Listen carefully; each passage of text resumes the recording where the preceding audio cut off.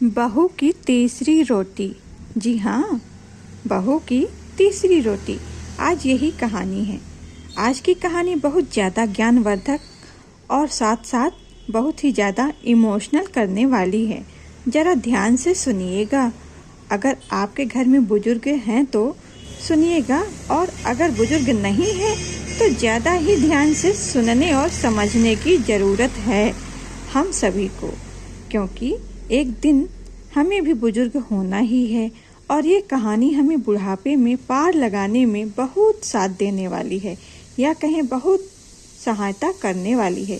एक बुजुर्ग के पत्नी की मौत हो गई तो वह समय काटने के लिए सुबह शाम पार्क में टहलने जाता था। क्या करे, अकेला पड़ गया था बेचारा।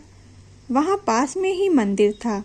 वहाँ जाकर वह ईश्वर के दर्शन करके अपने मन की बातें करके अपने आप को सहज महसूस करते और फिर दोस्तों के साथ वहीं पर बैठकर बातें करते। यही उन्होंने अपने समय को काटने का एक नियम बना रखा था, या कहें उनकी दिनचर्या हो गई थी। वैसे उन्हें उनके घर में कोई परेशानी नहीं थी।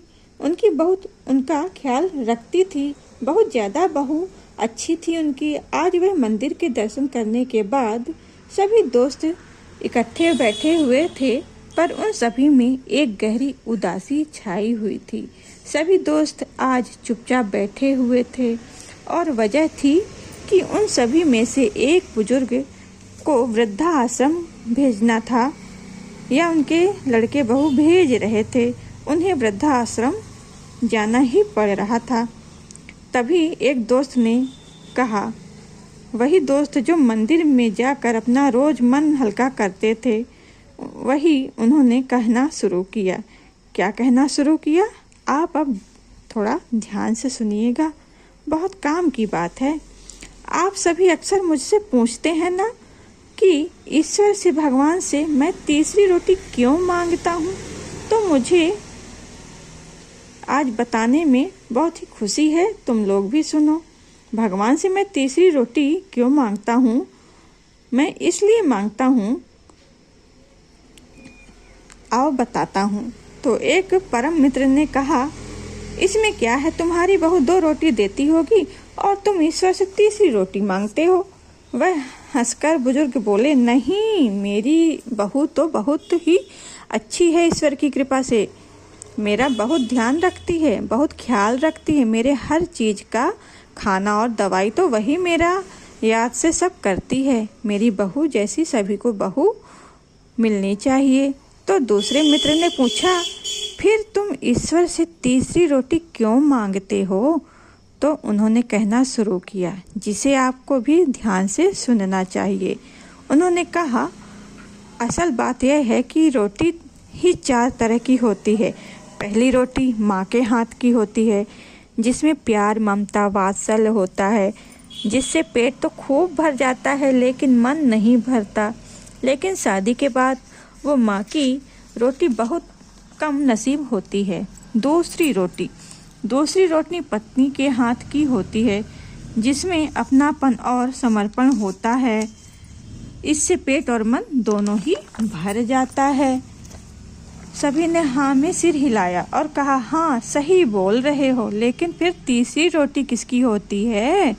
उन सभी का यह सवाल था, जिसे आप भी जानना चाहते होंगे, है ना?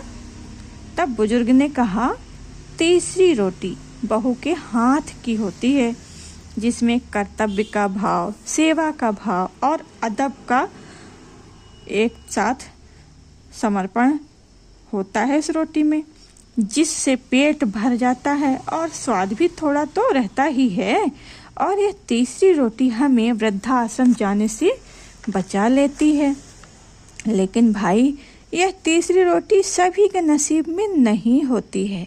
यह सुनकर सभी दोस्त गंभीर हो गए और सभी अपनी बहुओं को याद करने लगे और मन ही मन अपनी बहुओं को सभी धन्यवाद करने लगे। फिर बुजुर्ग बोले, चौथी रोटी। जानते हो चौथी रोटी किसकी होती है? नौकरानी की या फिर वृद्धाश्रम की, जिसमें न स्वाद होता है ना अपनापन होता है, ना ही कोई ममता और कोई भाव होता है, और पेट भी नहीं भरता। इसीलिए कहते हैं, माँ की हमेशा पूजा करो, पत्नी को हमेशा दोस्त बनाकर रखो, और बहू को बेटी बनाकर रखो, और छोटी छोटी गलतियों को नज़रअंदाज कर दो। जिस घर में सुख शांति खुद ही बनी रहे, ऐसा हम अपने व्यवहार से ही कर सकते हैं। इसलिए किसी को कोई शिकायत भी नहीं रहेगी। तो तीसरी रोटी सबके नसीब में नहीं होती है। बात सही है ना? कमेंट में ज़रूर बताइएगा। पसंद आई हो यह बात या ये छोटी सी कहानी ही समझ लीजिए तो सब्सक्राइब भी कर दीजिएगा, लाइक भी कर दीजिएगा। मेरी यह बात सुनने के लिए बहुत बहुत धन्यवाद। शुक्रिया।